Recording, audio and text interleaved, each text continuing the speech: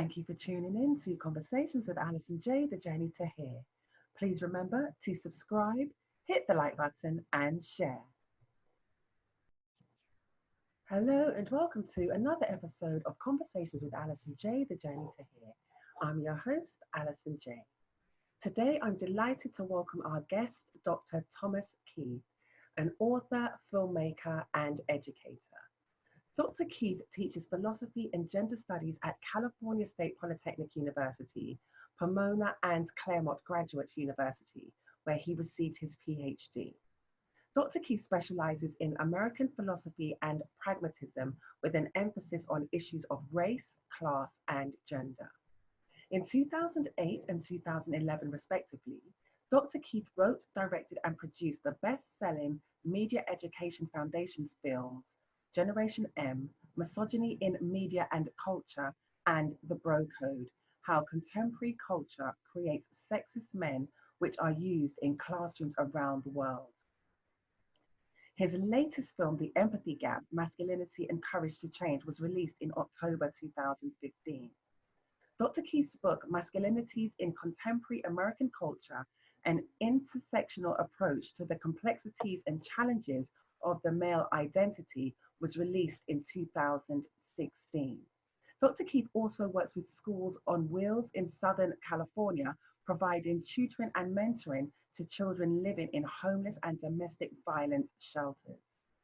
Dr. Thomas Keith, thank you so much for joining us here on Conversations with Alison J. Welcome. Hello, how are you? I'm good. Nice to meet you. And likewise, and you. You decided to be a university lecturer, but in a subject that I didn't realize even existed. And it's not that I didn't realize it existed, it's we all know what misogyny is. We all know what sexism is. But the fact that you have actually made movies and you filmed about it and written about it and subsequently teach on it, traveling around the world and speaking on it, is something that I just thought, this is interesting. And I have to want to learn more, especially given the time that we're living in. Yeah, very much so. Well, as an educator is sort of how I got into filmmaking. You're in front of 30 to 50 students, on any given day. And I thought, well, one of the languages that young people speak is media. They're just immersed in media. And so I thought, would it not be better to make films, to make something that they would be engaged with, instead of just reading articles and having your more traditional classroom discussions? And young people have really dialed into multimedia, whether it's film or internet content. And in my classrooms, we use the same thing. We use a lot of internet content and media. And that helps spark these wonderful conversations in class that we might not otherwise get. So that was my decision to go into film, and not knowing what I was doing. And so I had to learn the ropes, over the last 15, 16 years of filmmaking. There's been a lot of learning curve involved, but I think I've finally gotten the hang of it. So I'm glad I made that decision as well. And I'm grateful that you made that decision also, because when we think about it, things like misogyny and sexism, when we look at how it's put out there in the media, a lot of the women that do come forward, and you tend to find it's mainly women that come forward based on an experience that they've had, based on something that they've seen somebody else go through. And then those women tend to be labeled feminists and butch and all really kind of negative terms are used to label and describe women that speak out about misogyny. So it's very rare that you come across someone, a man, a lecturer that has decided to, okay, we are going to talk about this and we're going to do it in a way that makes it easy to talk about, easy for these conversations to come up without anybody feeling like they're being accused of anything. Because Right. you know what it's like. People feel like they're being blamed or accused, they get defensive, and that doesn't lead for constructive conversation about a topic, does it? No, no, you're exactly right. Especially men will feel defensive. Now, it depends on how feminism um, was offered to them when they were younger. I sometimes ask, how did you learn about feminism? And if they learned about it from their mom, from a teacher, it's usually a positive, that they learned Hmm. about it in a positive way. Unfortunately, if it was a dad or a coach or a male figure, a lot of times they learned about it in a negative way. Yeah. And so when they hear that we're going to be talking about feminism, they hold certain stereotypes about it, that they think, well, this is going to be where we bash men, where we attack men. And, of course, that's not what it is, but it's a long-standing stereotype, still proliferated today. And so as teachers, we have to say to the classes, well, there's some stuff you need to unlearn here before we can kind of go forward. There are a lot of misinformation about what feminists are trying to accomplish. And I think once we get past that, it eases the class. I think that the conversation flows much better, including with men. I do talk all over the nation, and I can tell you that young people, something is happening with young people. They're Yeah. very progressive, Mhm. but things like feminism, they embrace it, including a lot of young men. So they're definitely not my generation. They are not like their parents, and certainly not like their grandparents. So something, in my opinion, very positive is taking place with this present generation. And I 100% agree with you with this generation. All you have to do is turn on the TV and social media, even, and you hear their voices. And through that, you hear what they believe and how far they are willing to go to defend what they believe in. And something you mentioned, which is a very interesting point, that when you ask people, how do they learn about feminism? And if it's through their parent or a teacher, they'll have a different view of feminism than if they asked a coach or somebody like that. But it's interesting that that's really not just young men. Because if I think about how I learned about feminism, because I'm a 70s baby, an early 70s baby at that. So if I think about how I learned about feminism, I must admit you have a lot of women that also have unwittingly bought into the stereotype of what feminism is. Because when I was coming up, part of the way to describe them were, they were the bra burning women kind of thing. So Right.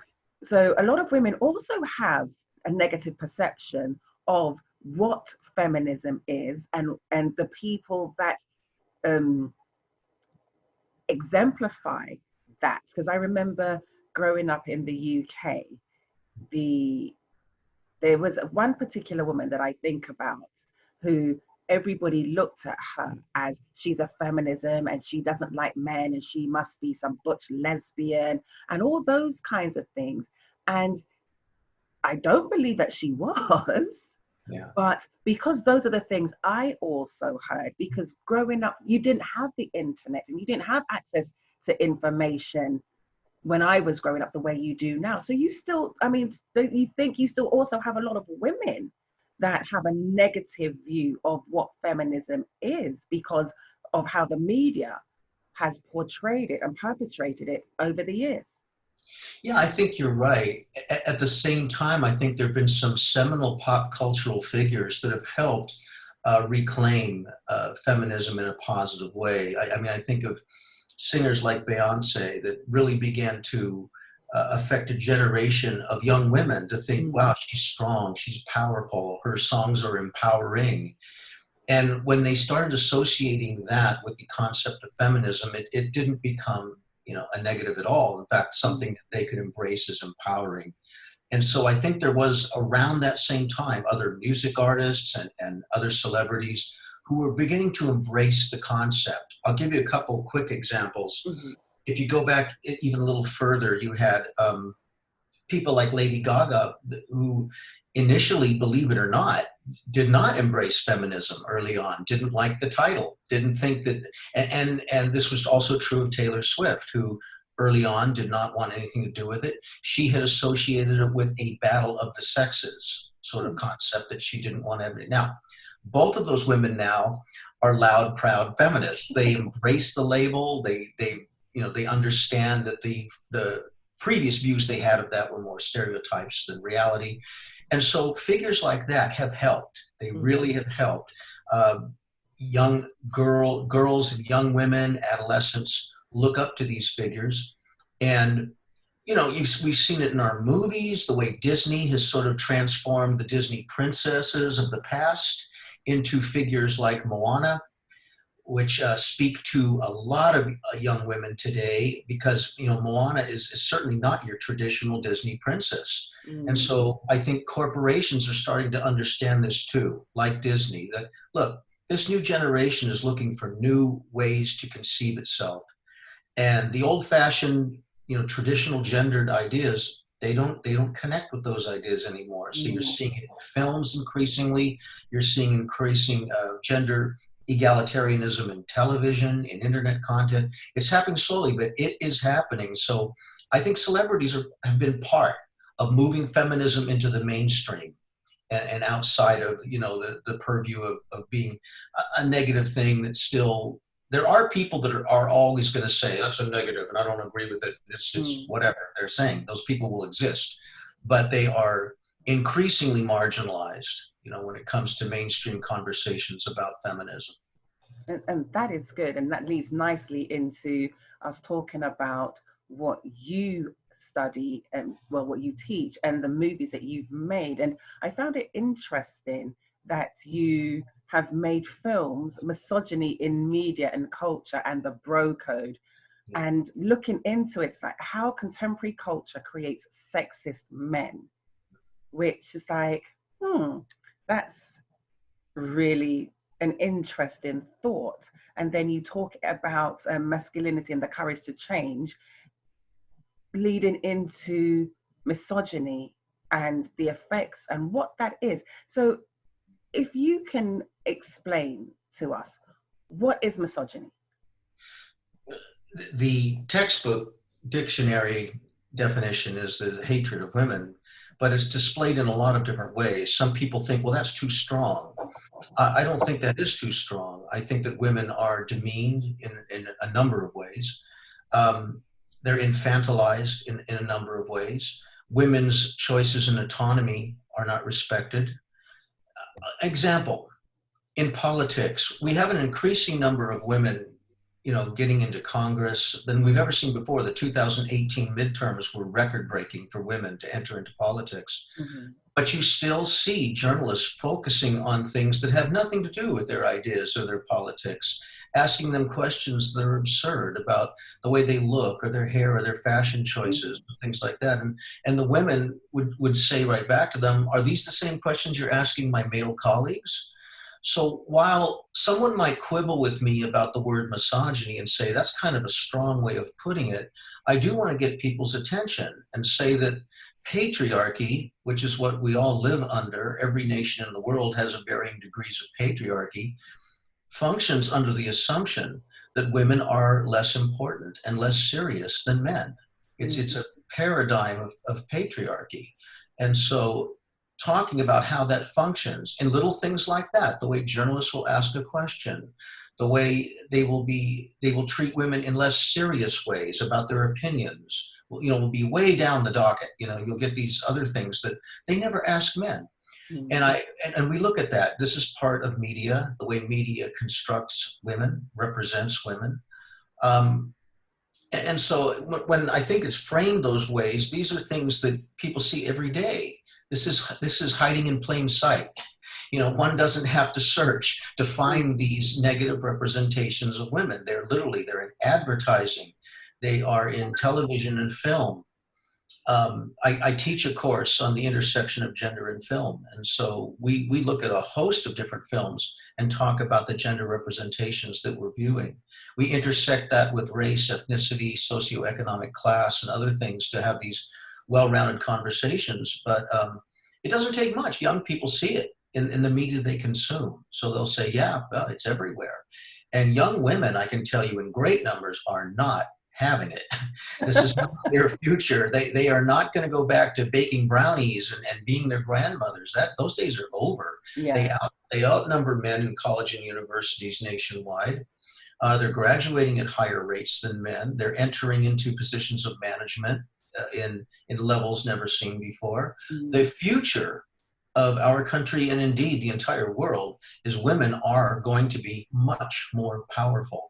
There will be heads, I don't think in terms of head of household, but I think in terms of those who wish to get married, those couples who wish to get married, heterosexual couples, women will be making more than their husbands routinely. And so this is, I take it as a wonderful thing, but I think it's a challenge for men. Yeah. Men have been told their entire lives that your role is as provider and protector. And so you have a lot of men thinking, so what's my identity now? If my wife is making more money than me and she doesn't really need me to financially support her, what is my role? How am I relevant? And that's sort of one of the questions I think right now that's happening with young men. And I like how you put that when you said that men are asking themselves about their identity, because that's pretty much all their identity has been tied up in. They are the provider, they are the breadwinner, they are the man, the head of the house. They must be strong. Whereas women, as you were saying, to your point, women in politics, for example, they're asked about what they're wearing and their hair color, because people don't think they're going to be serious because they're going to be, oh, and the moment they say anything, it's a case of she's hormonal or she's having a bad day, or it must be that time of the month, all those kinds of things, where sometimes it's like, no, it's not that time of the month, you're an idiot. Right. I mean, I was speaking at the University of North Carolina before the COVID thing broke out, and these were some of the questions that I was taking, that when women step up and they have strong personalities, you're right, they're suddenly marginalized as being emotional, as being hysterical, as something wrong with them.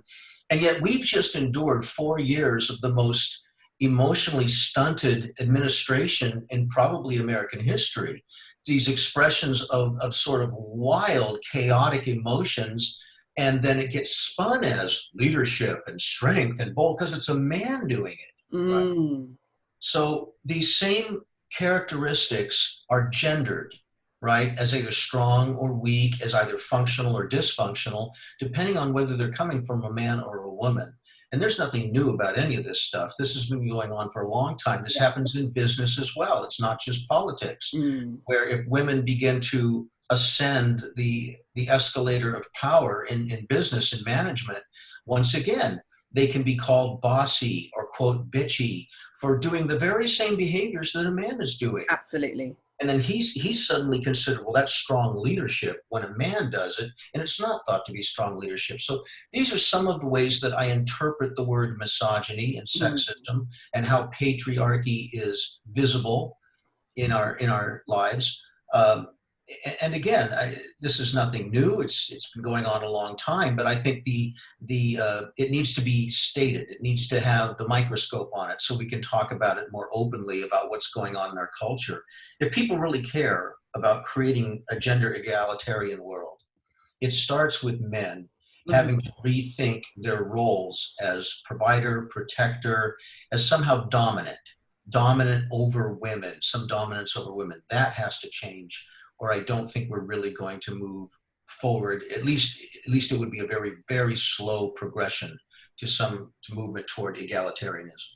Yes, and you saying that, what just came to me as well is when a woman wants to progress and move up the career ladder, she's then seen as not being able to because she can't have it all, right? She can't have the home and the husband and the children and the career. it has to be either or. But yet it's strange because you see on the television and you hear it all the time that in business it would look better if he was married so that he could advance in his career. But a woman, if she's married and has children, oh, she's going to want to take time off when the children are sick and want to do the school run. And so even when you put it into parenting, that I personally think that does put men sometimes at a bit of a disadvantage of wanting to be those kinds of hands-on fathers, because it's seen as something, again, let's look at misogynistic as because it's women's work. Right. Yeah, no, that's exactly right. I see this kind of patriarchy as insulting women and men. I think it's insulting both sexes. It says of women that you have a role that's somehow properly given to you by what? Nature, God, Darwin, who made those rules. But it's also saying that men somehow don't have the wherewithal to be nurturing hands-on fathers. Exactly. You will see this when women run for politics and they might have young children. The question will be, well, I mean, you're a mom first, right? Aren't you? And how are you going to be able to do all these duties in Congress and still raise your kids? Again, a question never asked of men. When Sarah Palin ran as vice president, she had young children, and she took a great deal of criticism from the conservative right. Wow. Right? From her own constituents that would say, well, you're a mom first, right? How are you going to be able to raise your kids? But no one was saying at the very same time that Barack Obama was running for president, he also had young children. And no one was asking him that. They just assumed his wife would take care of that so that he could be president. So these are insulting to women, of course, but they're also insulting to men. Yeah. And when I say to young men now, my students are 18 to 24, somewhere in there, about their ideas and dreams for their lives going forward if they were to have a family. And this is wonderful. Young men see their roles more as partners and not as, well, I'll be in charge of this and she'll be in charge of that. They see it in terms of partnerships. They want hands-on relationships with their children, the nurturing part, all of that. I mean, this is revolutionary compared to the past. Yeah. Men were thought to never do something like that. And so we're seeing this change, and it's happening across the board, all over the country. This is good. This is very encouraging, right? But the way we still see the double standards are absolutely what you were saying, that women are thought to be the nurturers, be the ones that take care of the children and have domestic chores around the house, and men go off to work. It's such an it's not tenable. It's simply not tenable. Yeah. I live in Los Angeles, and anyone who lives in some of the big cities knows how expensive it is to live in New York, LA, San Francisco, London. London is incredibly expensive.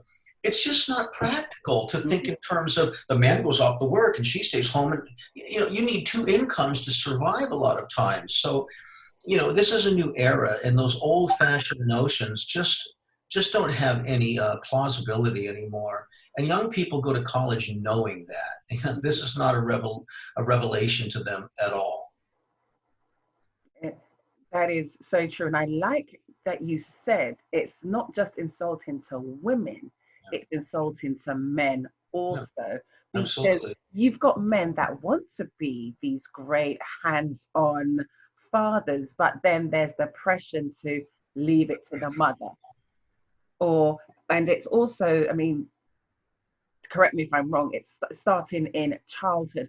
A little boy falls over, man up, boys don't cry, all those kinds of things. A little girl falls over and she's given all the love and the kisses and let me kiss the boo-boo and all those kinds of things. So these messages are just continually from infancy, really, given to boys and fed to boys and taught to boys. So is it any wonder that when you talk about misogyny and sexism and the bro code, because I want to get onto your the bro code and Generation M, but coming up, and I'm thinking of this whole era of music videos, where you didn't see a woman fully clothed. It was always something either skimpy or a bikini or something of that sort. And it was the whole shake what your mama gave you kind of thing. And so women were just objectified, really. That's And right. then if you look at if you go into a mechanic's workshop, what kind of calendar do you see on the wall? And that whole thing, sex sells. And in order to sell something, you have to have like some drop dead gorgeous, half naked woman on the screen that really has nothing to do with the product, by the way. Yeah. Yeah. In fact, what you're talking about is a big part of what I call the bro code. My new book coming out next month is called The Bro Code, and the subtitle to it is The Fallout of Training Boys to Subordinate Women. We start this in boyhood. It is absolutely in many of the ways you just described, that boys start to learn that the woman's worth, a girl's worth, is in her looks, in her physicality, in her sensuality, first and foremost. Not so with boys, but so with girls. And so that's sort of where it begins. And then all of these different media types, from advertising to film, reinforce these stereotypes as well. I want to go back to something you also said, though, about the stoicism that we're taught in boyhood as well, because that's part of the bro code as well. We're taught not to emote in certain ways. Let me be clear. The emotion boys are given permission to have is anger, and to lash out and be loud and curse and things like that. And violent almost. Yeah, oh yes. I mean, violence sometimes is thought to be completely permissible for boys and men, depending on the circumstance.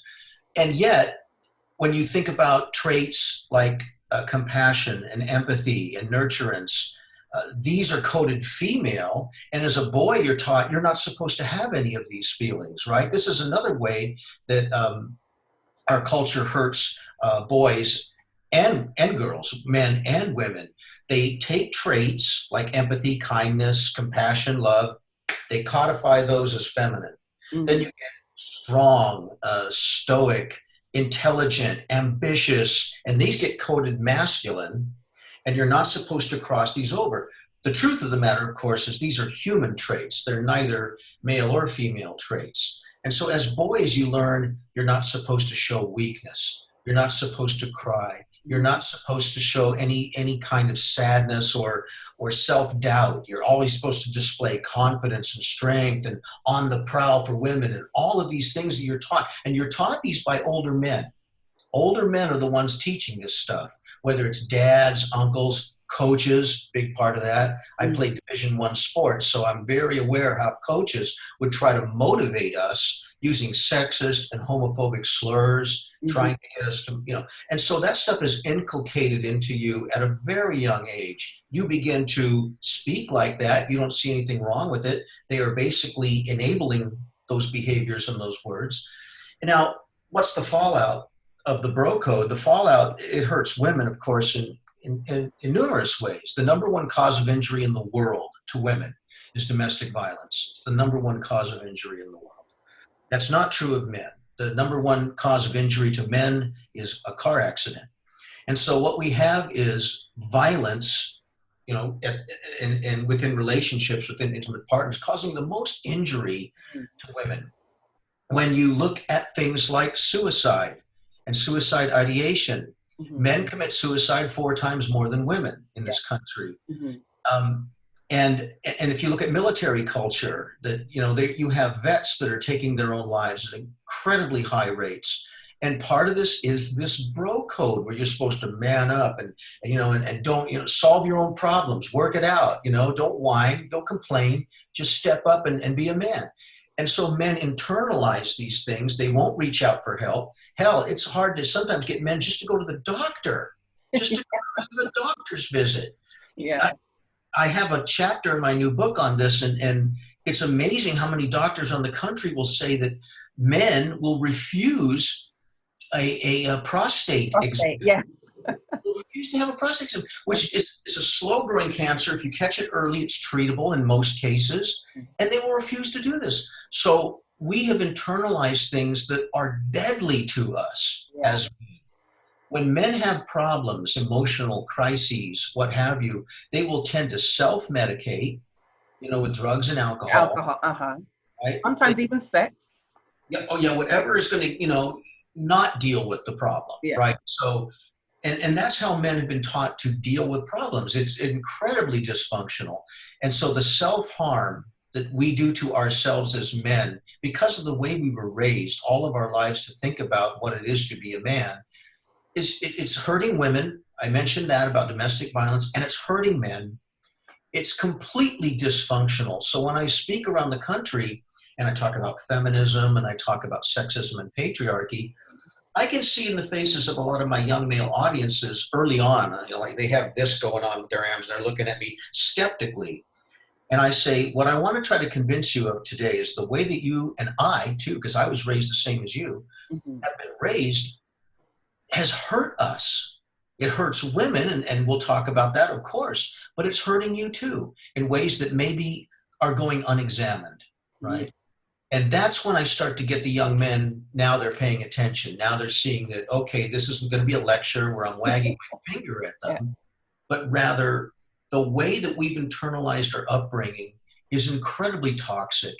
And we have to start making changes for ourselves, for our sons, for our daughters. I made this point the other day when someone wrote about it's wonderful that Kamala Harris is going to be vice president because so many girls are finally going to see a woman in a position of power and authority. And that's absolutely true. That's absolutely true. But I said, it's also very important that our boys see this as well, that boys grow up seeing women in positions of authority and power. And so it becomes normalized instead of something that we're talking about. And hopefully, down the road, that will be the case. Boys learn to respect women and see them as partners and not some unequal terrain where women are here and we're up here. You take, for instance, I'm sorry, just to go on and on. No, please, please, no, do not apologize. Please, go on. Take STEM, science, technology, engineering, math. Coded male, overwhelmingly male. The university where I teach is a STEM centric university, Cal Poly Pomona. So engineering, computer sciences, the life sciences are huge there. And the courses are about 9-to-1 male students to women. All of the professors are men. And so there's sort of this notion, well, men do STEM and then women do like sociology and social work and things like that. And first of all, it feeds a ridiculous stereotype that somehow men's brains are different than women's brains.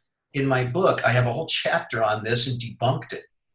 There are neuroscientists saying, well, yes, there are parts of the brain that look like they are structured differently, and so that accounts for men being better at math and science and blah, blah, blah. And these other parts of the brain that you see in women have been structured so they're better at nurturance and social. None of it's true. This has been researched for years and years, and the people saying it's not true are neuroscientists, other neuroscientists who pored over the work and said, this just isn't so. It isn't so. What you're doing is, this is called neurosexism, for the record, by the way. Which is neurosexism, and I teach courses in science. My Ph.D. is in philosophy of science. So when I teach this, I say we are taught in science that a good scientific project is one where you let the facts lead you wherever they go. Don't start with a theory and then cherry pick the evidence to help your theory. Yes. Right. That's the tail wagging the dog. And so I say, that's what's happening with some of these neuroscientists. They brought in this theory that, oh, men are very different than women. And so let me cherry pick the evidence to prove that. That's pseudoscience. That's junk science, right? And a slew of amazing neuroscientists, Cordelia Fine, I'm trying to think of some others, have come along and just debunked all of the research and said the brains of women and men are identical in many cases. And where you do see differences, the differences are slight, are very slight. And if you look over populations, what we're talking about is like a 51-49% swing. It's just ridiculous for people to say men are from Mars and women are from Venus. It's just nonsense. We're very similar. We have the capacities of doing the exact same things at the exact same levels. The only thing that seems to be different is upper body muscularity in men, which, I can understand why, evolutionary psychologists are going to say that's part of ancestral past and all of that. I get that. Otherwise, all these traits we're talking about, whether it's math and science, and I teach logic, and my women students and men students are identical. There's no difference. Logic is a tech, and it's highly mathematic. Women exceed, they completely succeed. So I say, are you all starting to see that this is some of the nonsense we've been taught since childhood, that boys are good at this and girls are good at that? The department chair for astrophysics at Yale University is a woman. And so we're having more and more women in the sciences, in mathematics and computer science, and they're doing phenomenally well, incredibly well. So this is part of that bro code. It's part of all of this stereotyping. This is called gender essentialism, where men are essentially like this and women are essentially like that. None of it's true. One thing we do know is men are much more violent than women. It is true. All over the world, if you look at the statistics, murder rates, 90% men are perpetrators. Any sexual crime, it's over 95% men. Violent assault, 78% men. So when we look at violence, it is a man's issue. And I want to give the right person credit for this. It's the great Jackson Katz, who first started saying rape, domestic violence, violence against women is a men's issue. It's a men's issue because we are the ones perpetrating the lion's share of this problem. It's coded a woman's issue as though this is something women need to work on. No, no, no. We're the ones, the gender, that's perpetrating the lion's share of the violence. It's something men must change. But it's interesting your point of saying that it's coded as being a women's problem, because if you think about it, for as long as I can remember, if a woman is sexually assaulted, it went down to what was she wearing? Why was she out at night? It's like, why asking her all these questions and teaching women, oh, we must dress modestly, we must do this. No, how about you teach your son to keep his hands off somebody's child? How about you do that part? So as you say that, and going back to something you said earlier about how we're taught and the things that young boys are taught, because, and to your point, the things that came to my mind was something happens to a little boy and it is, oh, you're acting like a sissy, you're whipped, all those kinds of things. It's just like, actually, no, if we don't allow little boys to express and feel their emotions, they then will turn, some of them, I'm not saying all, but some of them may well turn out into the violent perpetrators because they don't know how to safely manage and express what is going on for them because they've never been able to. So it just kind of builds up and it turns toxic within them. And the manifestation is they've lashed out in a violent way.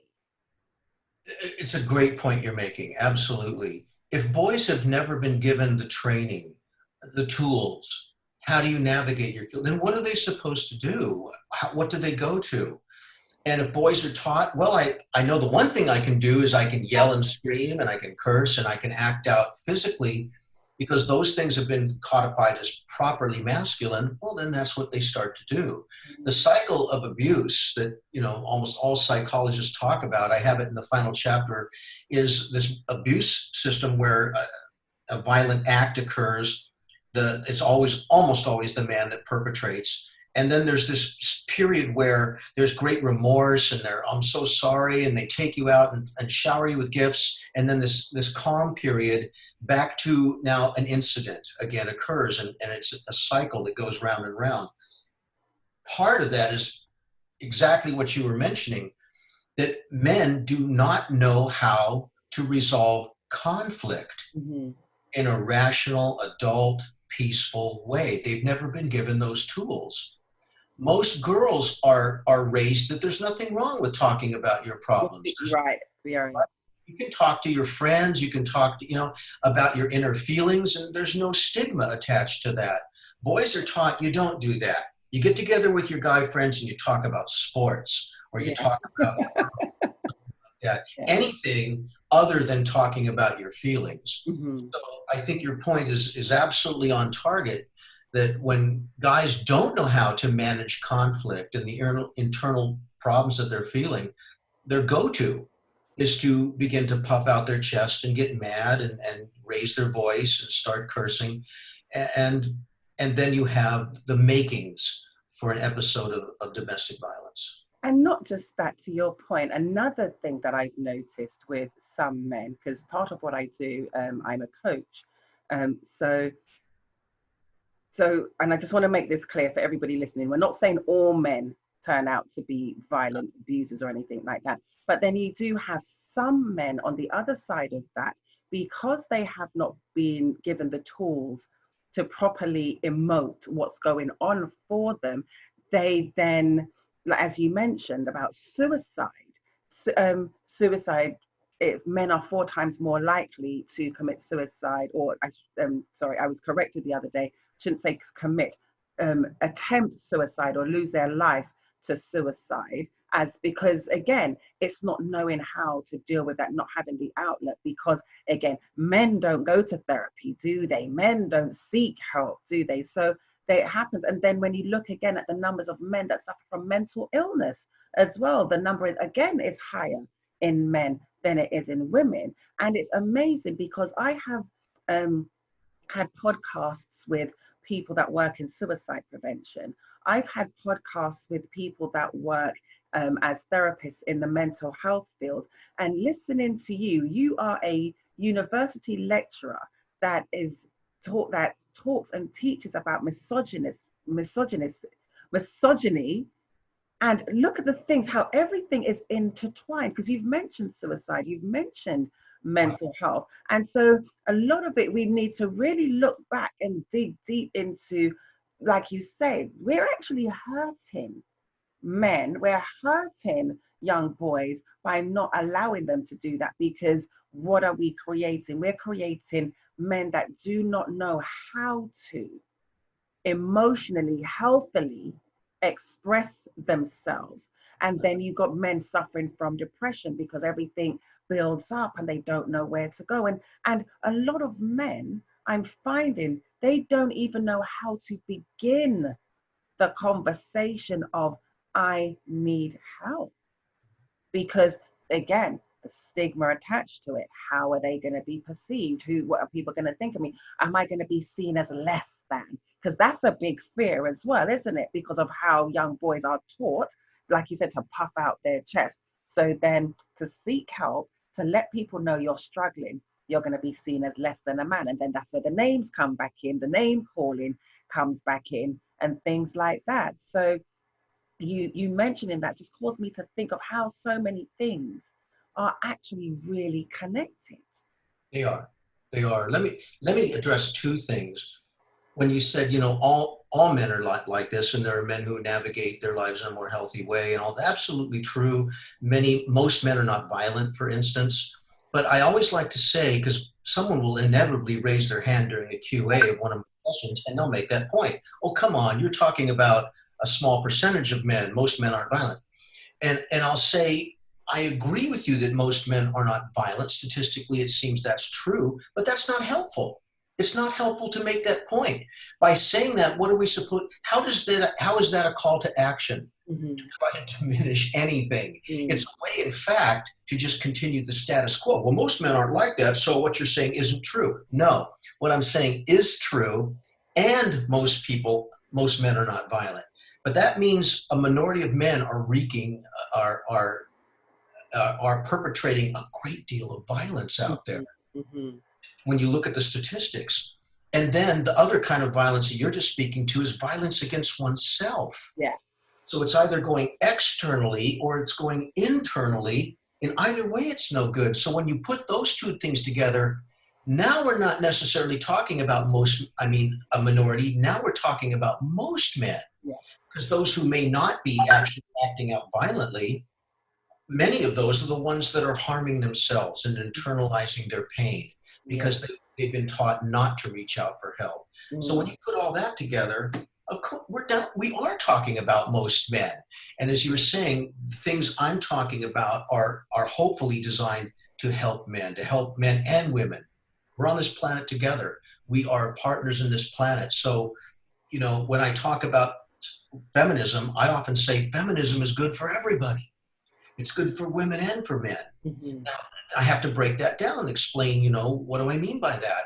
But when men start to hear that there's something in it for them, get their attention. But isn't that human nature though? What's in it for me? Let me tell you a funny story. You'll appreciate this because you're right that a lot of men will not go to counseling. You know, a lot of men in counseling are court appointed. Now, they did something bad and a judge ships them off to anger management and they don't even want to be there, so they don't get anything out of it. Mm. But most men won't voluntarily say, I want to go to counseling. Even though it could be the best thing for them. So at Rutgers University in New Jersey did something very funny because it turns out that their counseling centers were all the people coming in, the students and some staff and faculty were all women. They weren't getting men coming to counseling. Uh-huh. And so they did a little experiment on campus. They changed the language of the advertisement. Instead of saying, you know, therapy available, counseling available, right? They changed it to self-empowerment courses and courses on improving your control and power. And suddenly a bunch of men are showing up. So it tells you something about the way we're trained, that men feel powerless and they want to know how to get their power in control. Mm-hmm. Right. Mm-hmm. So when it's the same thing, it's counseling, right? But when you change the word from counseling, which they see as something that's feminine and weak and you know, into something like empowerment training, suddenly, well, I want that, right? Yeah, what's in it for them, right? How to reclaim my power that I feel is missing in my life. And so we know that boys are being trained that that's important to them, control, Yeah. power, right? And yet many boys and men don't feel they're in control. They feel powerless, right? And so if they could see counseling, maybe frame it in a different way, same thing, and you're still getting the benefits from it. Maybe we get more men. I think ultimately, the best thing is that men are not trained that power and control are the most important things in life, that they should start to let go of those desires and think in terms of partnerships again and people being partners and egalitarian relationships and all of that, so that you're winning and he's winning and she's winning, right? And it's not somehow an adversarial relationship between men and women or me and this guy over here who wants my job, where people start to feel like they've lost their power. So counseling, I'm a big advocate. I think counseling is wonderful for people, but we have to get men to see the benefits for them in their lives without stigma, with all the things we've been talking about, and you'll start to see healthier men. And that is so true, because when you were talking about that, one of the things came to mind. I had a boss and he has two absolutely great children. I met them several times over the years. And his son, the way he described his son was smart, his son was a straight A student, his son was outperforming everybody, he even tutors other people, and his son was the most gifted child person since the baby Jesus came, the way he spoke about his son. His daughter, at least she's pretty. Yeah. That was it. Yeah. At least she's pretty. And it was just like, so what? Pretty what? She pretty smart? Is she pretty dumb? Pretty what? But that was literally it. At least she's pretty. And then fast forward a few years, children go through the teenage years. The relationship between him and his son was awful. Son started smoking weed, wasn't doing good. And the funny thing is, his son was getting really bad grades, but tutoring other people that were passing their classes. So, you know, it wasn't a case of the son wasn't smart. You know, he just wasn't applying himself when it came to his own work. And then, so the relationship between father and son broke down. So guess what? It was all about his daughter and taking her. She started playing sports and she started doing this. So now all of a sudden, she's not just pretty, but now she's capable of achieving and doing this and that. And I just thought to myself, okay, hypocrite, Yeah. misogynist, narcissist, all of those kinds of things came into mind, because I just thought, oh, so hold on, because the gifted, the golden child kind of let you down, so to speak, because I think um, and he's American Italian. So the fact that his son started to grow dreadlocks, it's like, wait, what? Grow dreadlocks, smoke weed, flunk out of school, all of these things. And then he would go on to say, because his father is a top scientist and won awards and so on and so forth. And he's a lawyer by profession, and then his son coming up. And you never really heard much of him. I found out he had a sister because of one of our colleagues mentioned something to do with his sister, but and his sister adopted a child and so on, but no, there was never anything spoken about all those great things that his sister did, or nothing ever spoken about the great things that his daughter was doing. It was just, at least she's pretty. Yeah, that's sad. That story is unfortunately played out, in lots of families, that my son is going to be a great athlete or a great scientist or a scholar or whatever their dreams are, and they don't have those same dreams for their daughters. I again think that a lot of young parents are seeing things very differently. Mm. Young girls now are encouraged. I mean, ever since Title IX, women in sports have exploded across the United States. But beyond sports, I mean, scholarship too, having different kinds of dreams that aren't just in terms of sports or dance or singing or something like that.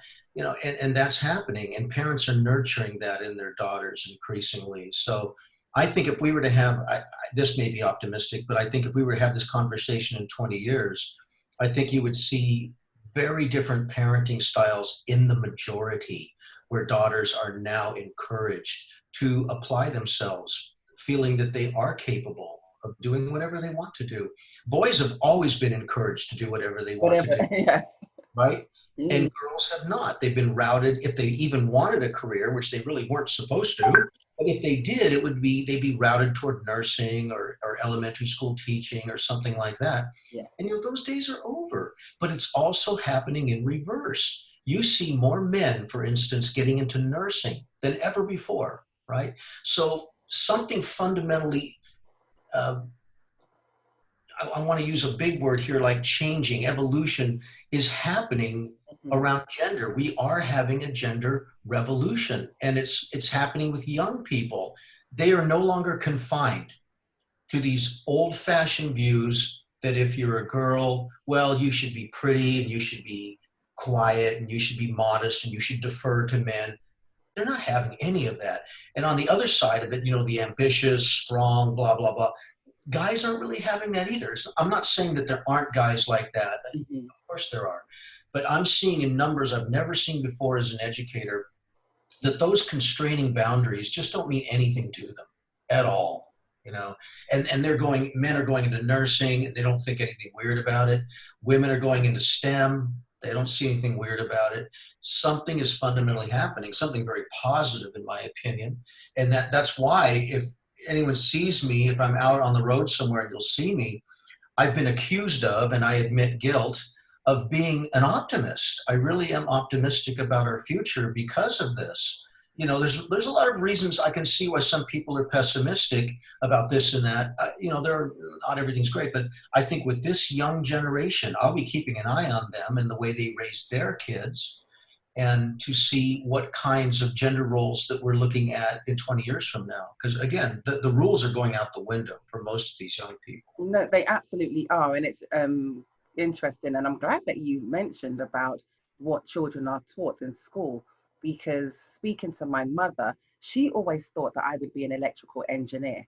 I was forever pulling things apart. And even down to Sunday, I got some things together. I was making some hair products and I was trying to do something different, and I was boiling it and I was adding things, and I was telling her about, the boiling point of this and the melting point of that, and I've changed the molecular structure.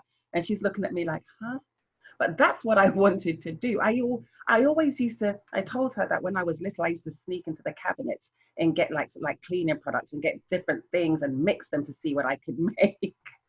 And that's what I like to do. I liked physics, I liked chemistry, but my teachers pushed me into doing typing, home economics, and some of these other things. And just like typing, it's just like, who wants to do that? It's boring. And home economics, yes, I enjoyed it because I do actually really like to cook, but not because I wanted to. And I, not that I have anything against it, because yes, I do want to have the family and do all those things, but I wanted to know to cook because I wanted to be a chef. Mm-hmm. So I wanted, so that's why I didn't so much mind being pushed into the home economics side of it. But everything else, it was, I had to do needlework. And I remember I made a pair of trousers and I thought, what in the world is this? This is ridiculous. And so pushed into doing needlework and all those kinds of things, when really that's not what I wanted to do. And that's not even what I was talented at school either. So to your point there, I remember that being my case, when all I wanted to do is just get chemicals and mix them, and I could recite the periodic table to you and all those kinds of things, because that's what I wanted to do, but it wasn't encouraged. My mother, not by my mother, by she, because she did encourage those things because she thought that's what I was going to do, but teachers and so on, there was just no encouragement other than, and you mentioned this about racism and sexism, other than the one thing that I was encouraged to do that I like was sports. You know the stereotype, because all Black people were just good at singing and dancing and sports, right? But that is one thing that I was really encouraged and pushed to do as well, which again, I just wanted to do it when I wanted to, not because, oh yeah, you know what, that's, you're good at that, you're going to win us medals for the school, so you go and do that. And so when you look at the things that people are pushed into, especially the generation that we were in coming up, a lot of it is, we actually didn't want to do that. But the stereotype of being pigeonholed into, you're a boy, you have to do that. You're a girl, you have to do that. And it's just amazing at how many people are in professions that they probably didn't really want to even be in. Yeah, it's unfortunate, and they're probably not having the lives that they could have had. My sister went to Bob Jones University in South Carolina, which is an ultra-conservative evangelical Christian university, kind of notorious. And because she was a woman going to college, she had to take courses that men didn't on things like home ec. And for instance, one of her tests was ironing men's shirts. No, Yeah. no. Ironing men's shirts. And so you do it properly, you know. And she's older than me, and baking a peach pie, I think they had to do, and some other things. So it was literally how to clean, how to do ironing properly, how to do dish work. I mean, just, you know, things you do around your house. And I heard this as a kid, and I thought, that's what they do in college? You know, that's what we just do at the home. I didn't understand. And then I got older and I realized, you know, conservative religious groups still very much cling to gender traditionalism to this day. And so she was being raised that this is what women do. And you're going to be given a degree. She ended up teaching in middle school and high school, but she ended up getting a degree, but she had to, like, classes on making boysenberry pies and ironing shirts and all this other stuff. And I just thought, but no men were having to do any of this, right? But you got a degree in ironing shirts, and I hate ironing. Ironing men's shirts. Not even her own blouse had ironing men's. Wow. And so, but if you were to say that today in a college classroom anywhere, they would just laugh and just the scorn, right? The long-term progress is sometimes measured over decades and not just days, weeks, and months. And so that's why I say, if we were to go forward 20 years, I think it's going to be very interesting to watch this generation. That to them is laughable. And this was like the 1970s, I think. So, you know, it's a long time ago for them. And their ideas, their mores, their values have completely changed. I think that this is why I think it's important to talk to boys and men, because while girls and women have begun to finally soar and start to, you know, seek out their dreams and follow their dreams and all of that, unfortunately, men are still kind of sitting here going, so what do we do? You know, what are we supposed to be doing? Feeling a little lost. And so my focus is sort of on how can boys become men and feel good about their lives and feel self-actualized and all of that, you know, when, by removing patriarchy, really. It sounds like a contradiction when you say we need to get rid of patriarchy so that people can have better lives, including men. The self-contradiction comes in when it sounds like, what are you saying? Are you saying strip men from of their power and that's going to make them feel better? You know, it's yes is the answer. That's sort of pseudo power, because while there are these alpha males that, you know, look to be living these great lives, they have all this wealth and money, you know, the Donald Trumps of the world, they're just living like kings. Well, how many men are living like that? You know, it's very, very few.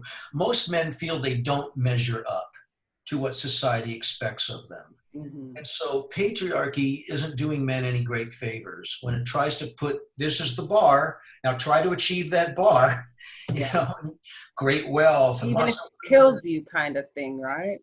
It's a death sentence for most men. And if you talk to men honestly about it, that's not what they want anyway, you know. Men want a happy life, but this idea that I want power and to be able to control others, and you know, that's a false narrative, though, isn't it? It really is a false narrative. And yeah, so getting rid of that, getting rid of the patriarchy that keeps it in place, what happens? The world, I think, becomes a more peaceful place. I think it becomes a happier place where we're integrated. I use the word partner a lot because now we look at women and other men, you know, our friends and all of that are, you know, as partners, as people that are on the same plane. Yeah. And when I talk to men, what would you like in an ideal partner, you know? And what you hear from young men is they really do want that. They want someone who they can talk to about anything. Yeah. You know, they can open up to, that they can feel is their ally and they're an ally of their partner. I mean, they really do want egalitarian relationships. You know, whether they're gay, whether they're heterosexual relationships, they want egalitarian relationships. And I say that's wonderful. I think that's a really healthy outlook that you have. And so why we have to tear down patriarchy. We have to get rid of the, you know, the imprisonment of patriarchy that's causing men to feel like they can't live up to these unrealistic bars. And it also, of course, oppresses women and keeps women down as well. You get rid of all of that, and I think you have a healthier, happier world and happier people. And I know you said that you're optimistic, and it's quite shocking that people are surprised and they get at you for being optimistic. But do you ever think that we could live and exist in a world without misogyny? It's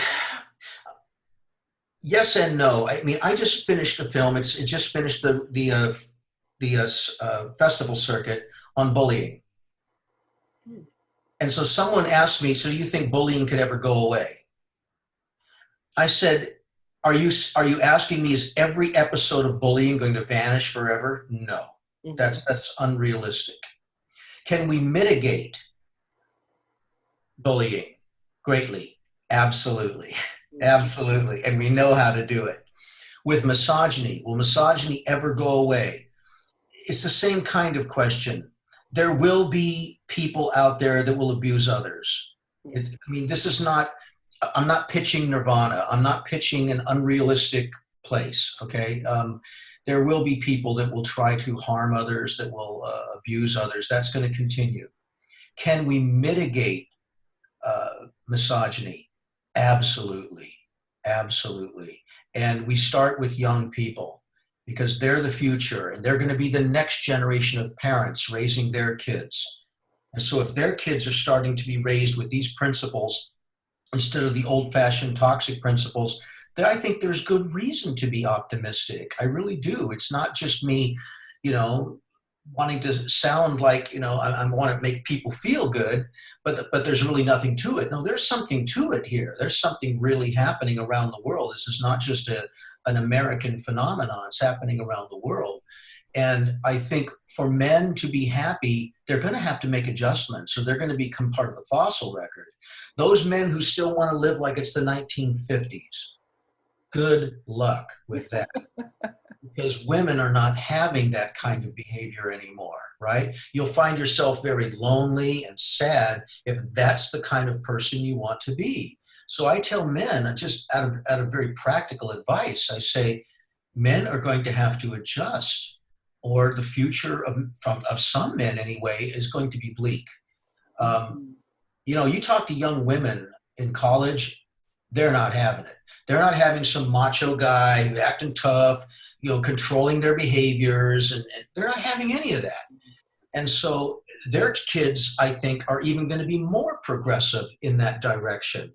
So I really like to suggest there's good reason to be optimistic about mitigating misogyny, mitigating other forms of oppression like racism.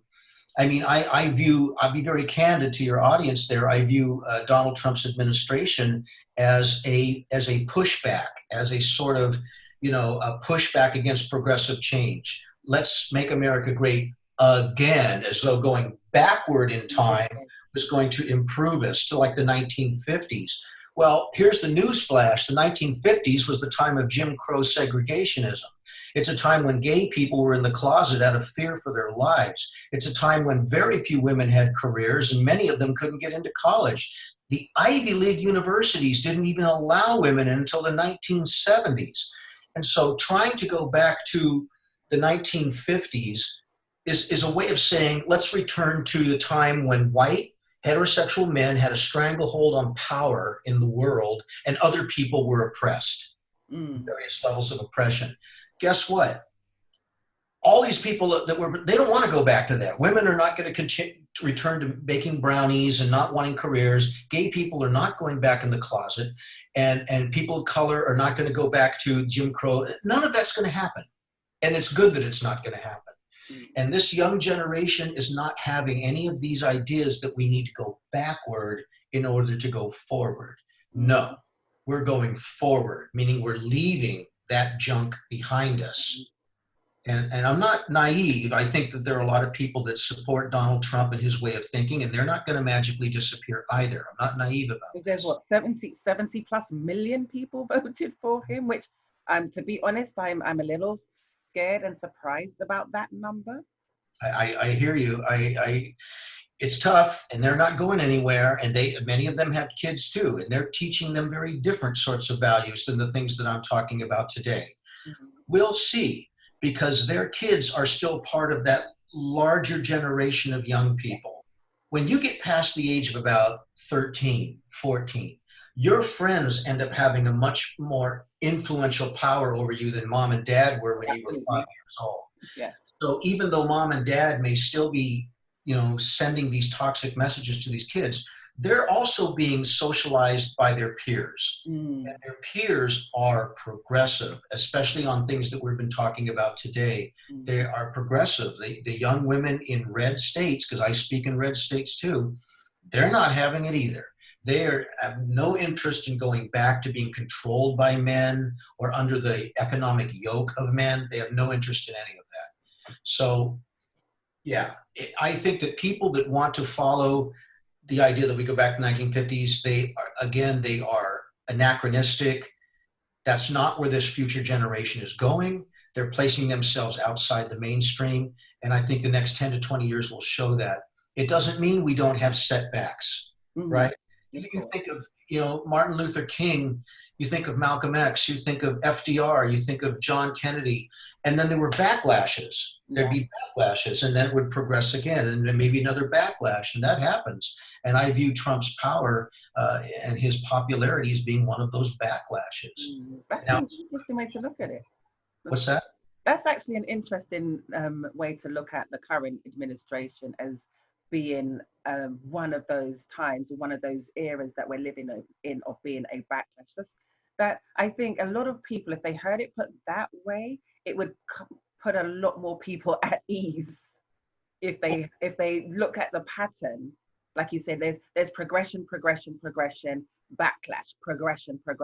Yes. So I think a lot of people would actually be put at ease to actually have it summed up that way and think about it. So thank you for that, because that has actually put me at ease, because we're living in very concerning times. So to know that there are people like yourself teaching this and the awareness of it, which is great, because a lot of people are not aware. They're just not. And ignorance is no longer bliss. No. It's no longer bliss. And to be honest, in this time that we're living in, with all the accessibility of information and knowledge, there's no reason or excuse to be ignorant. People are only ignorant now because they've made a choice to be. Yeah, no, I agree completely. Yes, absolutely. Yeah, and so I think that we are going forward. There'll be backlashes in the future. That's I think inevitable. But I think we are going forward as a people. And again, it's the youth culture that's driving that train, and they are going to continue seeking more egalitarian choices for their lives. So the people that are screaming to go backwards, they become anachronisms. They become, the dinosaurs screaming against the comet, comet. They really aren't going to have a great deal of influence 20 years, 30 years from now. We'll have challenges. This is the human condition. We all realize that we're not talking about some Pollyanna version that everything is bliss and wonderful. It's the Garden of Eden. We're not naive.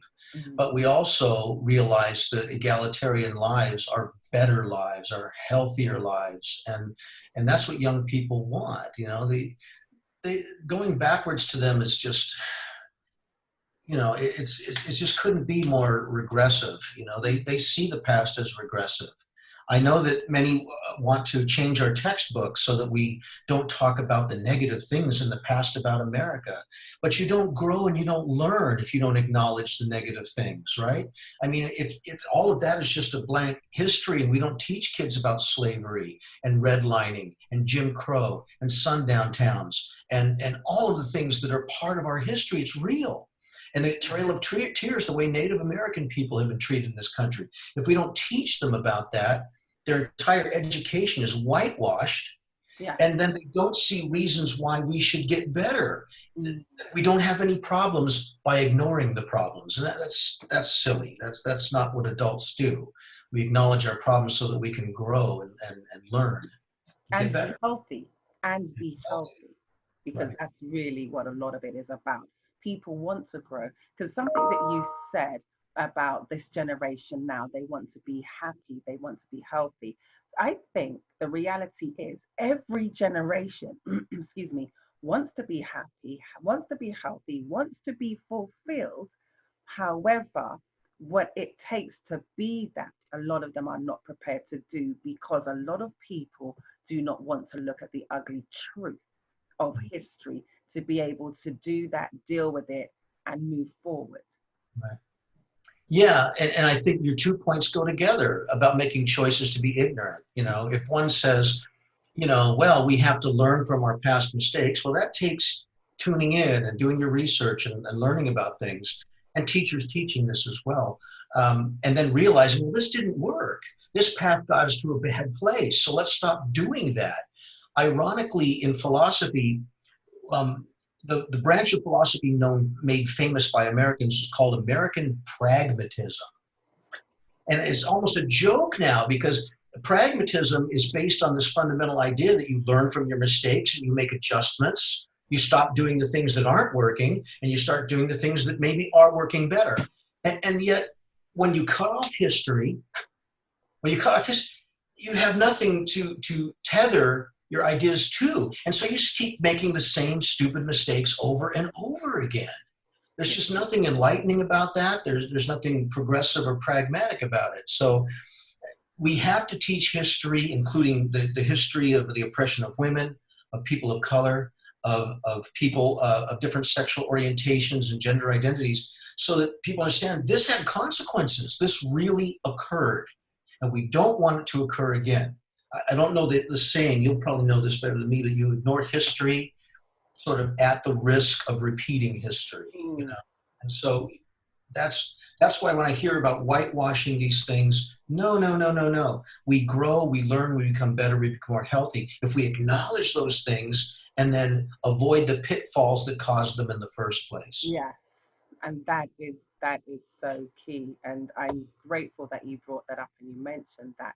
So, Dr. Key, if you could just please mention your films, and you said that you've got a book coming out next month. Right. So if you can mention your films, your books, and the book coming out, so our listeners can hear that and they can go out and see them and buy them. Sure, be happy to. I have 4 films are out there, with a 5th one ending in January, and it's going to be hitting the festival. So the films that I've put out: Generation M, Misogyny in Media and Culture, 2008.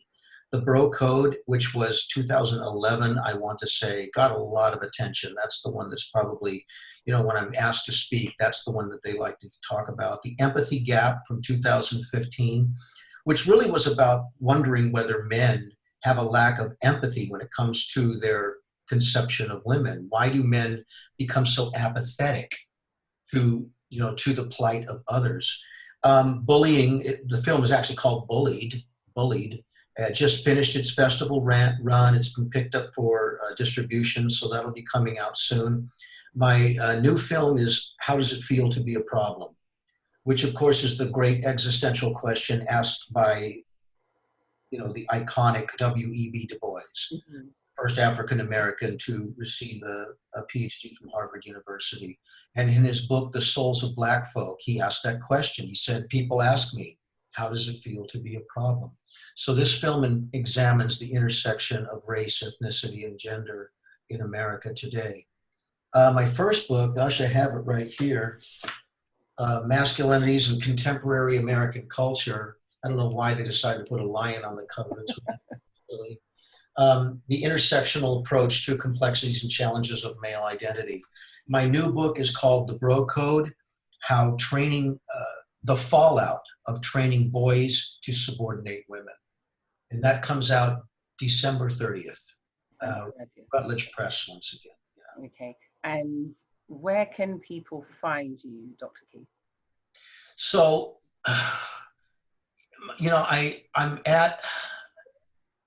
if you go to Media Education Foundation, they're the ones, first of all, to distribute my first 3 films, and they have contact information for me as well. Okay. If you go to Rutledge Press with Taylor and Francis, they have an author page there also, and I think my contact information is there as well. Pretty decent social media presence, so I'm easy to find. Either Thomas Keith or Tom Keith, just Google me, and I come up pretty easy to find. And I'm happy to have anyone contact me with questions or comments, so it would be wonderful. All right. And you said that, so you have a book coming out next month, and you have a film coming out next year. Right. It'll wrap in January, and so the actual release is kind of sketchy. You go into the festivals, you play at the festivals, you get distribution through those festivals. So the process takes a little while, okay. But the film is a feature documentary on American racism with the intersection of gender. Right, great. So everybody knows where they can get access to all of your literature and where they can find you. Dr. Thomas Keith, this has been so informative and educational for me. Thank you. Thank you. It's been a pleasure to speak to you. It has been my pleasure completely. This was wonderful. Thank you so much for having me on your show. You're very welcome. Thank you so much. And I'm looking forward to watching the next thing that you put out, the next film you put out next year, at some point next year. I will send you some links so that you can see this. Yeah. Yes, and I'll put them on my site as well. Wonderful. Thank you. Right, thank you so much. It's been an absolute pleasure. Right. Take care. Thanks. Bye-bye. Bye-bye.